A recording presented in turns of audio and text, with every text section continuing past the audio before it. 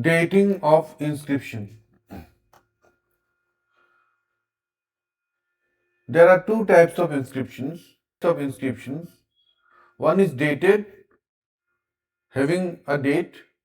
Second is undated, having or wearing no any dates. The undated inscriptions have lesser value,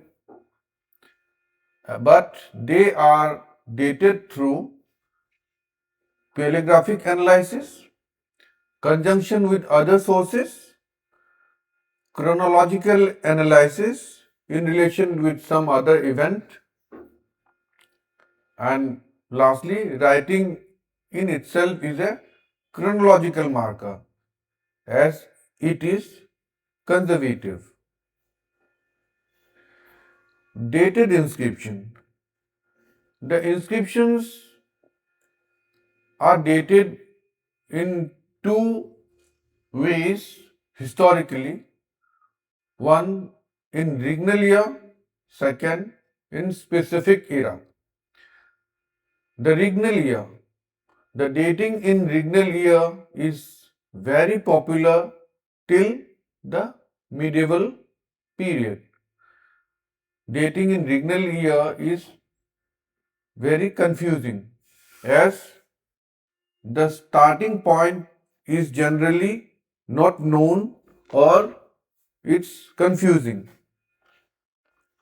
Sometimes whether the starting point is the date of accession or the date of coronation is not specified. Sometimes these two events have a lapse of 1 to 5 to 6 years. So the starting of the regnal year is always confusing. The format starts from the period of Ashoka. Rock Edict 3 says 12 years passed. The base Nagar inscription says 12 years, and the Hati Gumpha inscription also followed the same format. The inscriptions of Ikshvakus, Satvahanas, Vakatakas, Pallavas, Cholas, Pandyas all used regnal year. It was used till medieval times. Samvatsara or Samvat. Samvat or the reckoning in a recurring year pattern. Indian tradition divide time into a cycle of 60 named years called the Samvatsara Chakra. Each year has a unique name. After 60 years, the cycle repeats.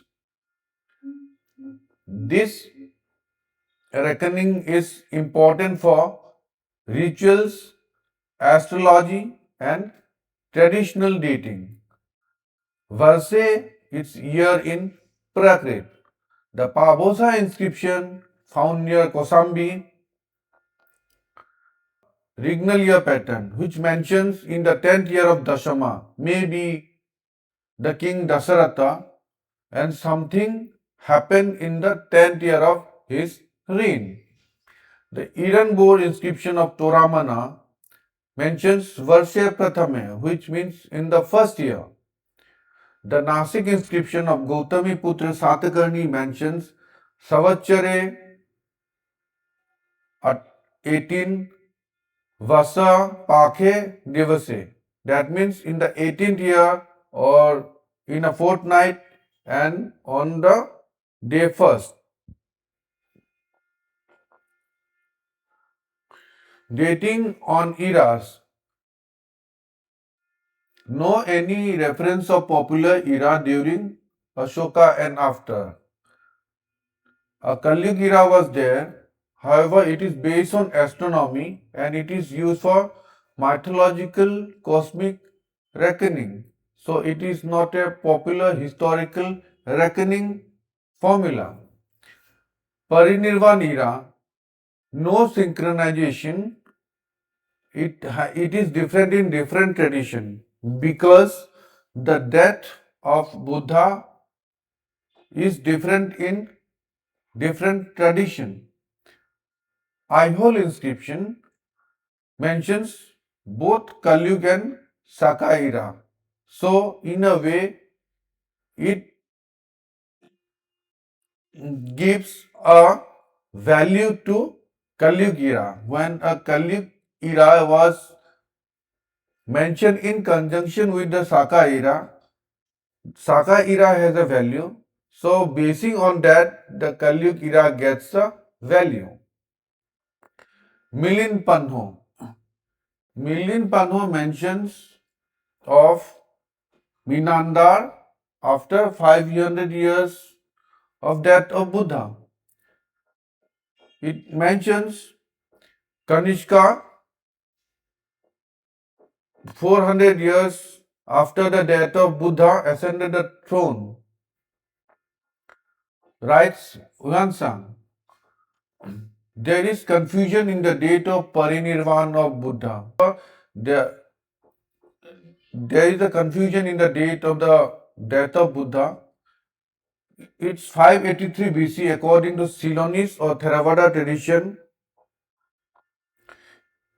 486 BC in North Indian and Chinese, and 544 BC in Tibetan. And this reckoning is limited to Buddhists and it's not popular among the other people.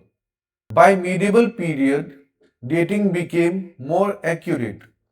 Mathura pillar of Chandragupta II follows continuous reckoning and give it as 5th regnal year, Gupta era 62 year.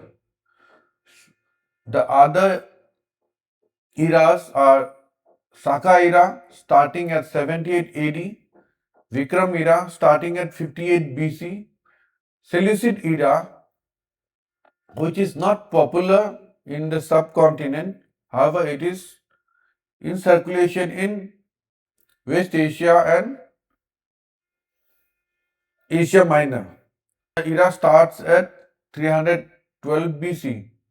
The Parthian era is also there, which starts at 243 BC.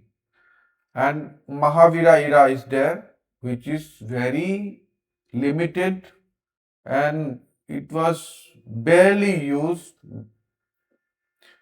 which starts from October 15, 527 BC. Scythians had their own era, which is generally oral reckoning. General belief is Saka era started by Scythians. With the introduction of historical era, specifically for historical use, Kali Yuga is of no use, or in a sense it become redundant. Dating in accuracy is borrowed from foreigners. Thank you.